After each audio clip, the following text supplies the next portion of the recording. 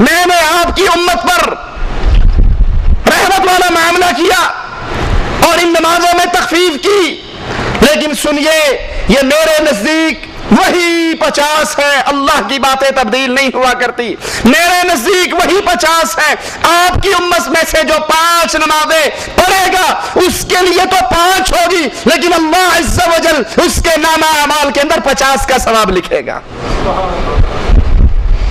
یہ اصل معراج کا انعام، یہ معراج کا تحفہ۔ سوچئے رجب کے مہینے میں معراج کا ذکر کرنے والوں کہ یہ اصل تحفہ ہے، کتنے ہیں ہم میں سے جو اس تحفے کی پابندی کرتے ہیں اور اللہ کے اس انعام کی پابندی کرتے ہیں کہ 5 پڑھ لیجئے، اللہ اس 5 کو 5 نہیں رہنے دے گا۔ اللہ کی باتیں تبدیل نہیں ہوتی، اللہ کے کلمات تبدیل نہیں ہوتے۔ تم تو 5 پڑھو گے لیکن اللہ عز و جل اس 5 کے بدلے میں تمہیں 50 کا ثواب عطا کرے گا۔ اللہ کی رحمت تو بہت زیادہ ہے۔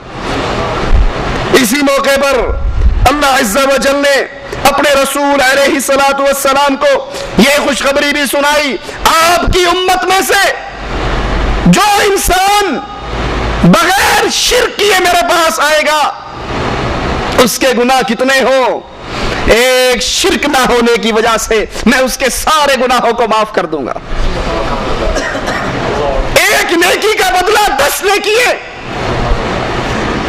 انسان نیکی کا ارادہ کرے گا، ارادے کرنے پہ نیکی مل جائے گی، نیکی کر گزرے گا 10 گنا ثواب ہوگا، اللہ چاہے گا تو اس کو 700 گنا تک بڑھا دے گا۔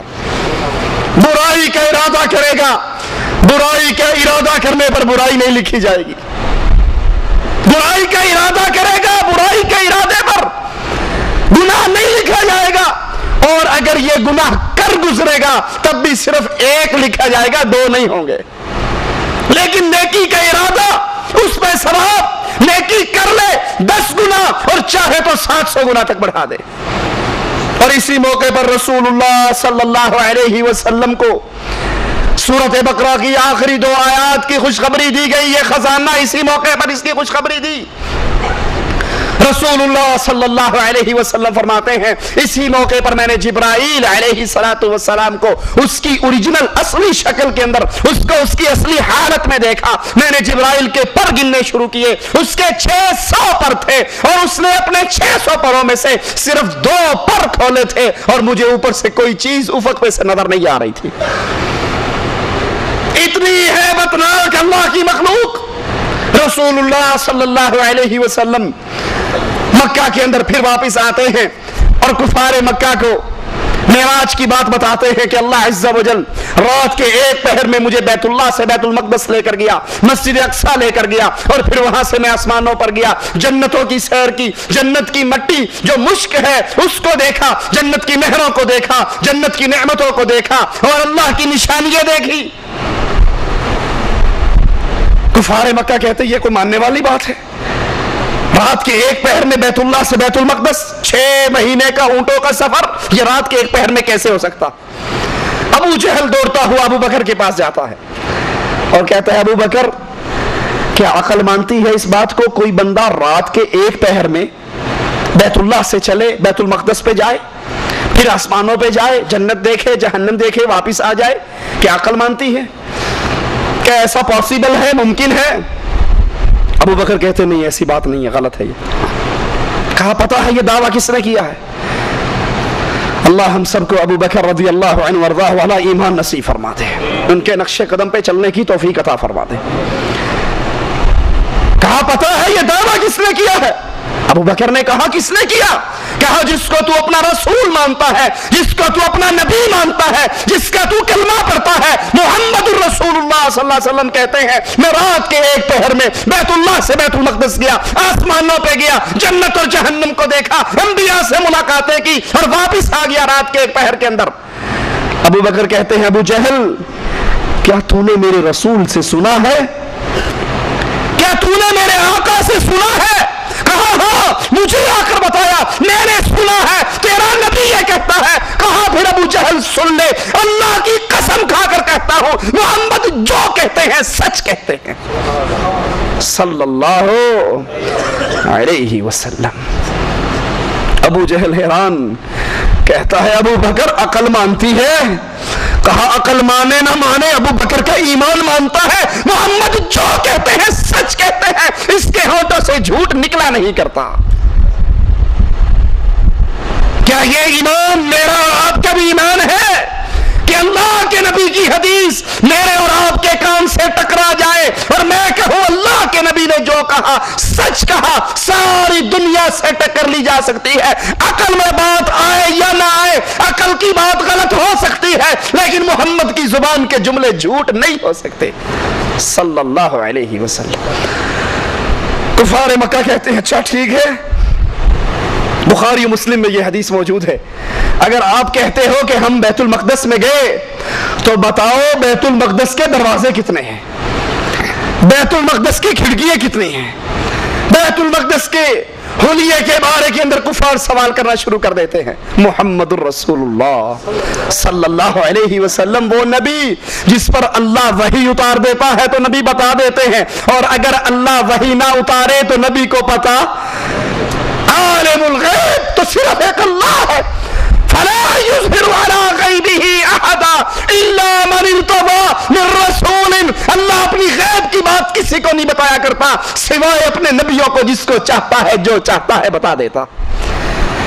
اللہ کے نبی علیہ الصلوۃ والسلام فرماتے ہیں یہ سنتے ہی ان کے یہ سوالات سن کر مجھے اتنا غم اور دکھ ہوا, اتنا دکھ ہوا کہ اتنا دکھ مجھے پہلے کبھی نہیں ہوا کہ میں نے تو خود کہا میں بیت المقدس ہو کر آیا, اب یہ پوچھتے ہیں دروازے کتنے ہیں کھڑکیاں کتنی ہیں اور مجھے تو علم نہیں ہے. مجھے اس بات کا بڑا صدمہ ہوا, اللہ عز و جل نے اپنی قدرتوں کے ساتھ سارے پردے ہٹا کر بیت المقدس کو میرے سامنے کر دیا. میں بیت المقدس کو دیکھ رہا تھا, کفار سوال کر رہے تھے اور ان کے سوالوں کا جواب میں دیتا رہا. محمد الرسول اللہ صلی اللہ علیہ وسلم جب تک اللہ نے ان پردوں کو نہیں ہٹایا, آپ کے سامنے بیت المقدس کو نہیں کیا, آپ کو کچھ علم نہیں. کفار پوچھ رہے ہیں, آپ کو ان سوالوں پر دکھ ہو رہا ہے, لیکن جب اللہ نے بتا دیا, اللہ نے پردوں کو ہٹا دیا, اللہ نے دکھا دیا, تو پھر ان کی ایک ایک بات کا جواب دے دیا.